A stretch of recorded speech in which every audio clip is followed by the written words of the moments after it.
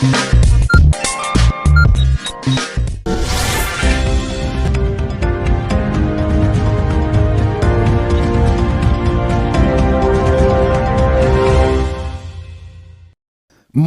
পরীক্ষার জন্য প্রায় বাতিল হয়ে যায় মেলা হচ্ছে কাটছাট করে।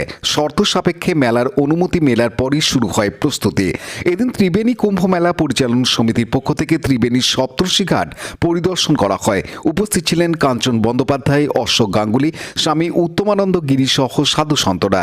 স্থানীয় ইতিহাসবিদ অশোক গাঙ্গুলি এদিন জানান, সেটা একটা অস্বচ্ছ ধারণার উপরে দাঁড়িয়ে আছে। আমরা যারা কুম্ভ বলতে অভ্যস্ত, আমরা জানি যে 4টে জায়গায় কুম্ভ হয়: প্রয়াগ, হরিদ্বার, উজ্জয়ন, নাসিক। এর বাইরে আর কোথাও কুম্ভ হয় না। কিন্তু বাস্তব সত্যটা হচ্ছে যে সূর্যের প্রতি মাসের যে পরিক্রমণে প্রত্যেকটা রাশিতে সূর্য গমন করে, এবং তার মধ্যে এই মকর রাশি, সেখানে মকর স্নানের কথা বলা হয়েছে। আর তারপরেই হচ্ছে সূর্য আসছে বিষুব সংক্রান্তি। এই বিষুব সংক্রান্তিটাই হচ্ছে কুম্ভ রাশিতে সূর্য এসে পৌঁছাচ্ছে, এবং সেই জন্য এটাকেও কুম্ভ সংক্রান্তি, এবং সেই উপলক্ষে যে স্নান সেইটাকে কুম্ভ স্নান বলা হয়। এখন সাধারণ মানুষের কাছে এটাকে সঠিকভাবে না বলার ফলে, না জানানোর ফলে তাদের মধ্যে এই ভ্রান্তিটা তৈরি হয়েছে। এর মধ্যে কোনো ভ্রান্তি নেই। তথ্য প্রমাণ তো 300 বছর আগে তা আবার নিয়ে আসে। তিনি বলছেন এখানে বিষুব স্নান হতো, তাহলে তার সময়ে যদি সে দেখে থাকে তারও আগে হতো, কারণ সে দেখছে আর শুরু হচ্ছে এমন তো নয়। আর এই অঞ্চলটি সপ্তগ্রাম কিন্তু 14দশ শতকে সে একটা জায়গায় এসে দাঁড়িয়েছে, বাণিজ্য নগরী এসে।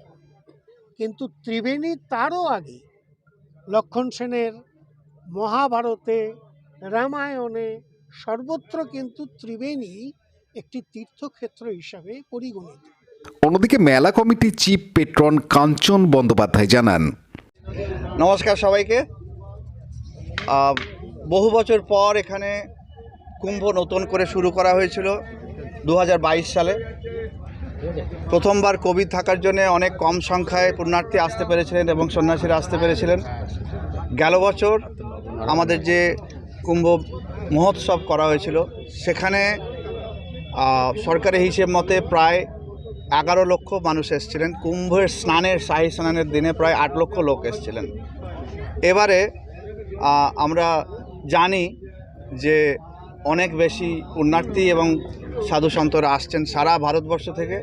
সন্তরা এসছেন বাংলাদেশ থেকে, নেপাল থেকে, এবং সারা ভারত, অযোধ্যা থেকে, কাশী থেকে সন্তরা আসছেন। বিশেষ আকর্ষণ কাশীর শঙ্করাচার্য, তিনি আসছেন, এবং বাংলার সবথেকে যারা শ্রদ্ধেয় মহারাজ যারা আছেন, সন্ত মণ্ডলী, তাদের বেশিরভাগই এই 13 তারিখে শাহী স্নানে এবং ধর্মসভাতে আসবেন। প্রোগ্রামটা সংক্ষিপ্তে বলি, এইবার এই পরীক্ষার কারণে, মাধ্যমিক পরীক্ষা এবং তারপরে উচ্চ মাধ্যমিক পরীক্ষা, সেজন্য এবারকার প্রোগ্রামটাকে ছোট করতে হয়েছে।